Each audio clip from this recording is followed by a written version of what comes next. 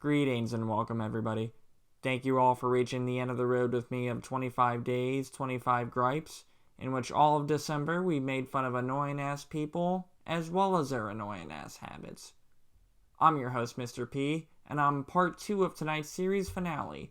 We're discussing the holidays, and how they turn people into even bigger shitheads than they currently are. Now, I consider this to be a parallel episode to the episode chronicling family issues, but even independent of that, there's just a general social stigma around the holidays. Why do I have to spend the holidays with people because it's tradition and that's what we're supposed to do? News for you people, it was also a tradition at one point in time, for years, in fact, to be racist and oppress other people who don't align with you. But we've moved beyond that, haven't we? We all know those people every year that have family that visits them, that they only see for that particular time of the year. And it's usually nothing but stress, but they like to make it seem like everything is okay. Why associate with them if they'll only raise your blood pressure and ruin your holiday? Either deal with them and don't bitch, or don't deal with them at all. Shit or get off the pot. Even at work, it's a great social experiment to see where you stand with certain people. The whole, I got you something for Christmas, you didn't get me anything, but that's okay because we're best pals, sort of a thing. Also, needless to say that the holidays lose their meaning as you get older. When I was actually in school, I was always in the loop as to when the holiday season was. When you get beyond high school, in my experience at least, it's a heavy dose of, holy shit, Christmas is in 3 days. Where did the time go? Delving back into the social justice warrior gripe too from a few episodes ago, it seems nowadays that there always has to be a social statement regarding the origins of that holiday. Like, yes, we all know that shady shit went on when Thanksgiving, Christmas, Easter, etc. weren't in existence yet.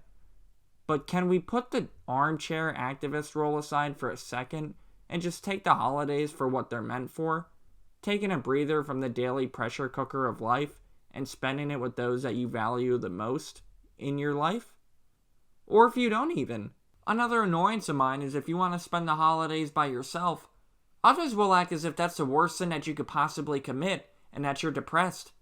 As if you're obligated to lease out your time to anybody. And again, most of these outings breed misery regardless. Which is why I find it hysterical when people try to insult you by calling you a Grinch or Scrooge. Because really you're just calling me an asshole. But you're using a trendy term during the holiday season where everybody's supposed to be happy. Sussing out people's bullshit doesn't make me a Grinch. It means that I just have a good judge of character. Which is another thing. New Year's resolutions. I feel like that's just socially baiting people into knowing what your flaws are, and that you'll make a half-ass attempt to actually fix them. Which we all know you won't. If it's so important for you to change your ways, why not do it instantly? Why not begin in March or even October, as opposed to the last few weeks of the year when everyone else is doing it? Because most of the time, your regimen becomes abandoned after a week or two anyway. Just another way to say, hey, look at me and my shitty, shallow personality. Before I wrap things up here, I did want to break character for a couple of minutes. Forming this mini-series was sort of experimental for me in terms of subject matter and how I wanted to present the topics that I wanted to discuss. And just the outpouring of support from people that know Mr. P's government name has been phenomenal. From close friends, co-workers, to even ex-girlfriends who have been able to put my personal nonsense aside and support my content. I wanted to thank all of you guys from the bottom of my heart.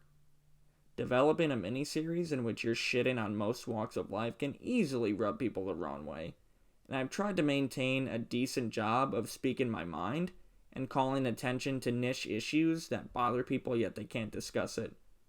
While at the same time also being somewhat ambiguous so as nobody gets the wrong idea or misrepresent what I want to say. As I've stated in episode 0, nothing was meant to be overly religious or political or ruffle any feathers of anyone specifically.